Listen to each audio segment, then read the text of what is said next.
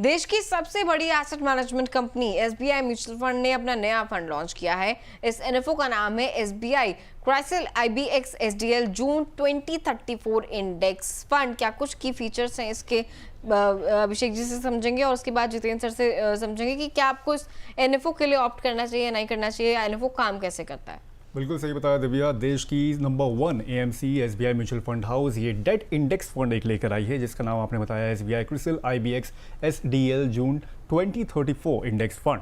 Benchmark इसका CRISIL IBX SDL index जून 2034 है, यानी कि मैच्योरिटी जो रहेगी वो जून 2034 की यहाँ पर दी गई है। सब्सक्रिप्शन की बात करें 7 जुलाई से ये खुल गया है और 14 जुलाई तक आप इसमें सब्सक्राइब कर सकते हैं, मतलब 5 दिन और बचे हैं इस एनएफओ को सब्सक्राइब करने के लिए। अलॉटमेंट की अगर बात करें तो 15 जुलाई को आपको इसका अलॉटमेंट मिल जाएगा। मिनिमम निवेश 500 रुपये से आप इसकी एसआईपी और 5000 रुपये का लमसम निवेश यहाँ पर शुरू कर सकते हैं। एग्जिट लोड की कोई चिंता नहीं है, निल रहेगा। और इसको एक फंड मैनेजर यहाँ पर इस फंड को मैनेज कर रहे हैं, राजीव राधाकृष्णा, जो इस फंड को यहाँ पर ओवरऑल देखेंगे। सर, सबसे पहले तो ये जो फंड है debt index fund SBI CRISIL IBX SDL June 2034 index fund, कई सारी चीज़ों को मिक्सचर लग रहा है, थोड़ा सा क्लियर कर दीजिए हमारे ऑडियंस को कि है क्या ये फंड। देखिए, पहली बात तो डेट कैटेगरी का है और हम सब जानते हैं डेट फंड्स के अंदर क्या आते हैं। उसमें भी एक स्पेसिफिक सिक्योरिटी है जिसको हम बोलते हैं स्टेट डेवलपमेंट लोन्स, यानी कि जो स्टेट इशू करती हैं सिक्योरिटीज, जो स्टेट गवर्नमेंट इशू करती है। जीसेक्स जो होता है वो जनरली सेंट्रल गवर्नमेंट इशू करती है। स्टेट डेवलपमेंट लोन जो है सिक्योरिटीज जो होती हैं वो स्टेट इशू करती है। तो तीसरा जो है ये टारगेट मैच्योरिटी फंड है, यानी कि मैच्योरिटी डिफाइंड है। जो हम जनरली जब हम जीसेक फंड्स की बात करते हैं तो उसमें आपको नॉन मैच्योरिटी वाले फंड आपको मिलते हैं, ओपन एंडेड फंड मिल जाते हैं आपको जिनकी मैच्योरिटी कोई डिफाइन नहीं होती। बट ये टारगेट मैच्योरिटी फंड है, यानी कि इसमें जो भी सिक्योरिटीज ली जाएंगी वो उस टारगेट मैच्योरिटी के नजदीक वाली सिक्योरिटीज होंगी और ये जून 2034 को मैच्योर कर जाएगा। तो एक टारगेट मैच्योरिटी फंड है। और हमने पिछले कुछ सालों में देखा है कि टारगेट मैच्योरिटी फंड जो है वो इंडिया में आए हैं। तो एक डिफाइंड मैच्योरिटी के साथ आते हैं। पहले इस तरह से अगर हम देखें टारगेट मैच्योरिटी में क्या आते थे तो एफएमपी आते थे, फिक्स मैच्योरिटी प्लान्स आते थे। ये टारगेट मैच्योरिटी फंड्स आ रहे हैं और पैसिव कैटेगरी में आ रहे हैं, यानी कि इसमें कोई बहुत ज्यादा चेंजेस नहीं होंगे।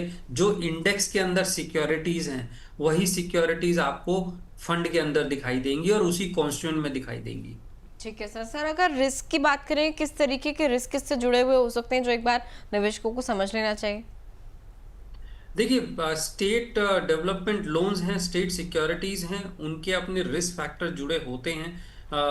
अब कोई सिक्योरिटीज में कभी डिफॉल्ट हो जाए तो किस तरीके से होगा। जीसेक्स वगैरह जब हम करते हैं तो उसमें गवर्नमेंट की जो बैकिंग होती है वो होती है, गवर्नमेंट सेंट्रल गवर्नमेंट इशू करती है। स्टेट गवर्नमेंट की जो सिक्योरिटीज होती हैं उनको स्टेट गवर्नमेंट बैक करती है, लेकिन उसके भी अपने रिस्क फैक्टर हो सकते हैं। तो अब हम कहने को तो हम ये बोले जो अगर कोई डेट सिक्योरिटी तो सबसे बड़ा रिस्क जो होता है डिफॉल्ट रिस्क होता है। तो क्या यहाँ पे स्टेट गवर्नमेंट डिफॉल्ट कर सकती है, तो वो एक सोचने वाली बात है और मुझे लगता है कि वही इन्वेस्टर्स को ध्यान में रखना चाहिए। और टारगेट मैच्योरिटी फंड है तो इतना है कि जो भी सिक्योरिटी इशू होगी वो मैच्योरिटी तक होल्ड की जाएगी, वो एक स्पेसिफिक जो है इसका क्राइटेरिया होगा। सर, रिटर्न्स क्या इस तरह के जो फंड होंगे उनमें वो फिक्स रहेंगे, और अगर रहेंगे तो क्या एफडी से बेहतर रिटर्न देने की इनमें क्षमता होती है? देखिए, फिक्स तो मैं नहीं बोलता, बट हाँ थोड़ा सा इंडिकेटिव जरूर हो जाते हैं, क्योंकि एक सिक्योरिटी है अगर वो मैच्योरिटी तक होल्ड की जाएगी और स्पेसिफिक इंटरेस्ट रेट अगर उस पर मिल रहा है तो आपको एक इंडिकेशन हो जाता है कि आपको क्या मिलने वाला है। हाँ जरूर, एफडी के अलावा कोई भी सिक्योरिटीज होंगी, खासकर एसडीएल है या और सिक्योरिटीज हैं, तो उनमें रिटर्न थोड़ा सा आपको एफडी से बेहतर मिल सकता है, लेकिन जैसा मैंने कहा रिस्क फैक्टर अपने आप जुड़ जाते हैं उसके। ठीक है सर, किस नेचर के निवेशकों को इसमें निवेश करने की सलाह रहेगी अगर रहेगी तो? देखिए, पहली बात तो पैसिव है। अब पैसिव इंडेक्स के कॉन्स्टिट्यूएंट में कौन सी सिक्योरिटीज होती हैं उसका इन्वेस्टर्स को ध्यान रखने की जरूरत है। प्लस टारगेट मैच्योरिटी है, तो जिस भी इन्वेस्टर को उस ईयर के अराउंड जिसका भी गोल स्पेसिफिक होगा उसके लिए ये हो सकती हैं। बहुत लॉन्ग टर्म इन्वेस्टर्स के लिए नहीं हो सकती, यानी कि जिसका गोल अगर 2040 है तो उस केस में 2034 में आपका जो है मैच्योर हो जाएंगे। तो इसलिए वो इन्वेस्टर्स टारगेट मैच्योरिटी फंड जो होते हैं इन्वेस्टर्स उनके लिए ज्यादा सूट करते हैं जिनका उस मैच्योरिटी के अराउंड स्पेसिफिक गोल होराइजन आता है। ठीक है सर। सर वैसे डेट फंड में से अगर चुनना है तो ऐसी कैटेगरी ज्यादा ठीक रहती है या फिर जो थोड़ी और सिंपलिस्टिक कैटेगरीज होती है डेट फंड की उनका चुनाव करना चाहिए? देखिए लार्जली क्या होता है इन्वेस्टर्स के लिए बड़ा मुश्किल होता है ये सब सिक्योरिटीज को एनालाइज करना और आइडेंटिफाई करना, अब क्योंकि ये बहुत स्पेसिफिक है, एसडीएल बहुत स्पेसिफिक हो जाता है। तो इन्वेस्टर्स के लिए बड़ा मुश्किल हो जाता है। अब अगर कंपैरिजन करें हम, अगर ब्रॉड डेट फंड्स की हम बात करें तो उनमें भी एसडीएल का रेशो रहता है, लेकिन फंड मैनेजर डिसाइड कर रहा है और वो एक्सपोजर जो है डिफाइंड होता है। तो मुझे लगता है ये इस तरह के जो फंड्स होते हैं उन इन्वेस्टर्स के लिए ज़्यादा बेटर हो जाते हैं जो इस मार्केट को समझते हैं, जिनको पता है कि ये सिक्योरिटी क्या है।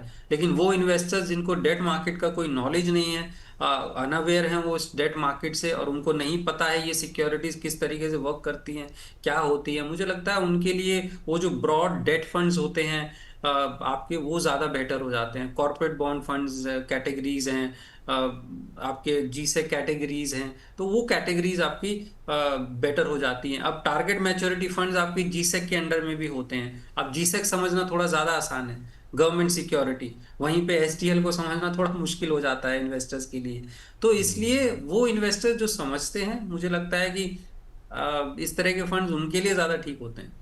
सर वैसे अगर करंट इंटरेस्ट रेट्स की अगर बात करें तो उसके लिहाज से अगर देखा जाए तो क्या इस फंड में एंट्री करनी चाहिए सही समय अभी, या फिर आरबीआई के अगले मूव का यहाँ पर थोड़ा सा इंतजार करें, देखिए क्या उसमें इंटरेस्ट रेट में क्या चेंजेस आते हैं तब? देखिए बहुत मुश्किल है ये पता करना, बहुत मुश्किल है ये पता करना कि क्या होगा और इंटरेस्ट रेट राइज करेंगे नहीं करेंगे, अभी क्या सिनेरियो रहता है। हाँ गिरेंगे तो नहीं, तो शायद इतना तो हमें इंडिकेशन है, लेकिन बढ़ेंगे कब बढ़ेंगे वो नहीं आइडिया है। तो मुझे नहीं लगता कि उसके बेस पर आप कोई डिसीजन ले सकते हैं इन फंड्स में निवेश करने का। आपका लॉन्ग टर्म नजरिया है, आप उस मैच्योरिटी पीरियड के होराइजन को आप देख रहे हैं और समझते हैं कि इस किस तरीके से वर्क करता है फंड, किस तरीके से सिक्योरिटीज वर्क करती हैं आज की डेट में, इन एसडीएल में क्या इंटरेस्ट रेट चल रहे हैं, वो अगर आपके उसमें मैच करते हैं और कैपिटल एप्रिसिएशन भी जरूर इसके अंदर होगा, तो वो दोनों को मिला के अगर आपके ऑब्जेक्टिव को मीट करता है तो मुझे लगता है फिर निवेश का कोई पीरियड नहीं है कि आपको निवेश वेट करना चाहिए। हाँ एनएफओ में मेरा जरूर ये रहता है कि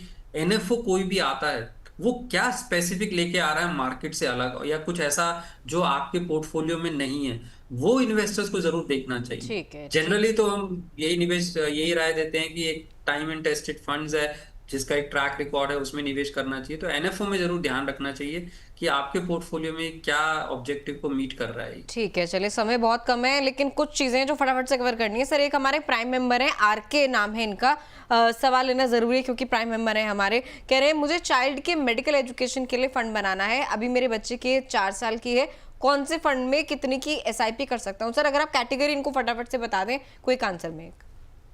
देखिए ऐसा कोई स्पेसिफिक कैटेगरी चाइल्ड के लिए नहीं बनी है, ओके, चाइल्ड स्पेसिफिक कैटेगरी नहीं बनी है। हाँ ये जरूर है कि मिक्स ऑफ फंड्स ही आपको बनाना होगा।